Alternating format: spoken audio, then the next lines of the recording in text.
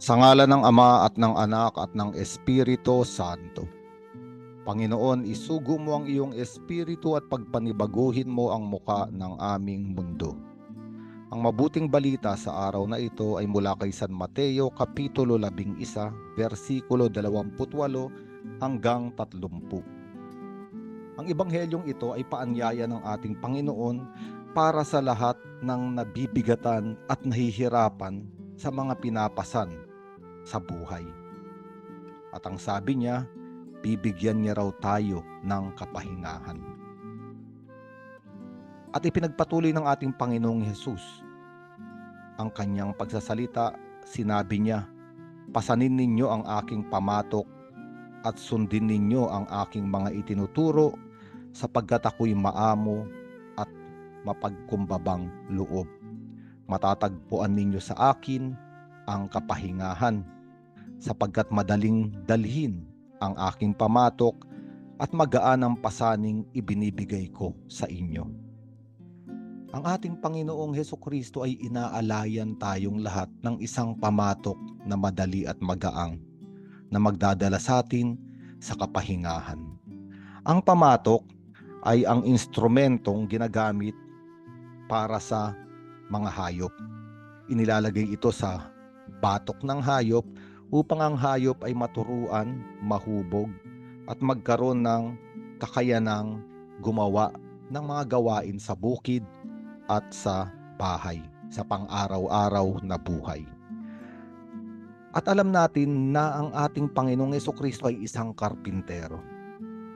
At alam niya kung paanong gumawa ng tamang pamatok na kapag inilagay sa hayop ay hindi masasaktan ng hayop. Alam niya ang sukat, alam niya ang karapat-dapat.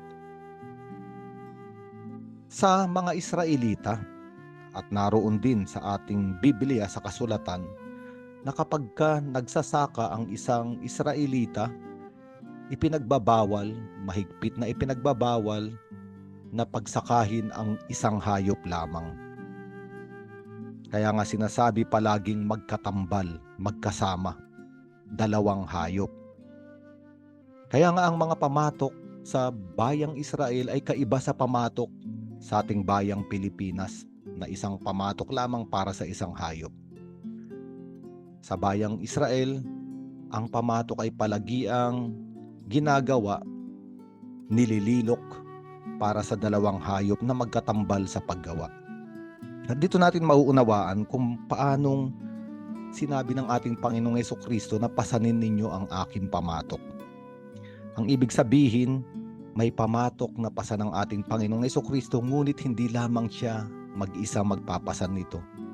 Kung hindi, tayo ay inaanyayahan niyang makihalo at makisalo sa pamatok na ito.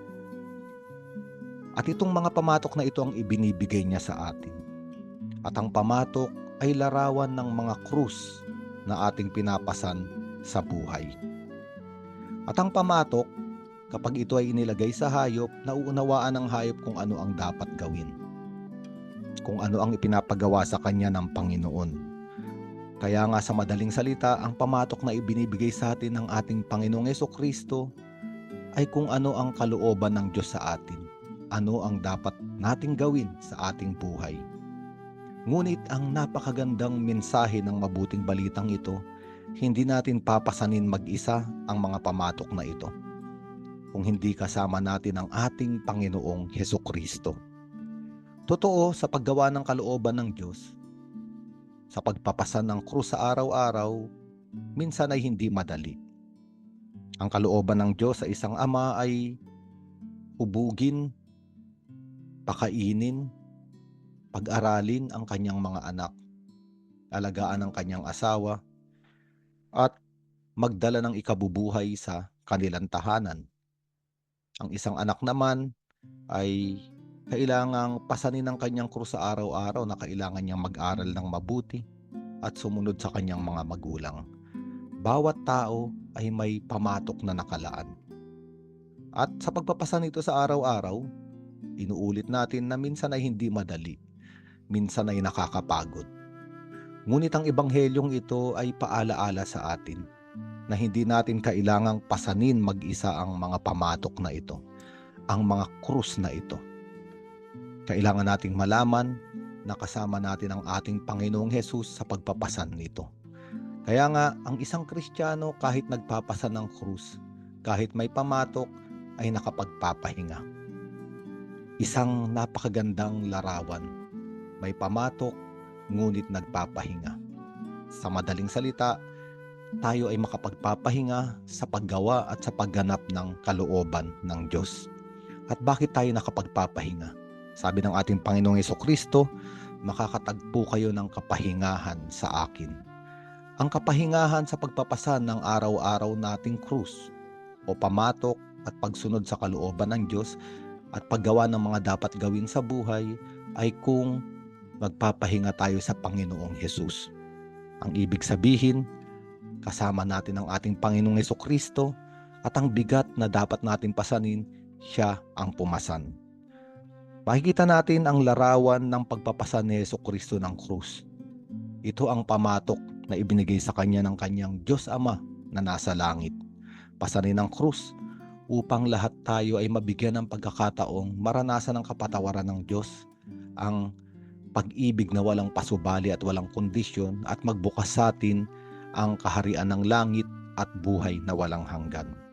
Kailangang gawin ni Hesukristo ang pagpapasa ng pamatok upang lahat tayo ay maanyayahan din na sa pagpapasa natin ng krus ay ginagawa natin ang kalooban ng Diyos na hindi nahihirapan at hindi nabibigatan, sapagkat sa paggawa natin ng kalooban ng Diyos, kasama natin sa paglalakbay ang ating Panginoong Hesus.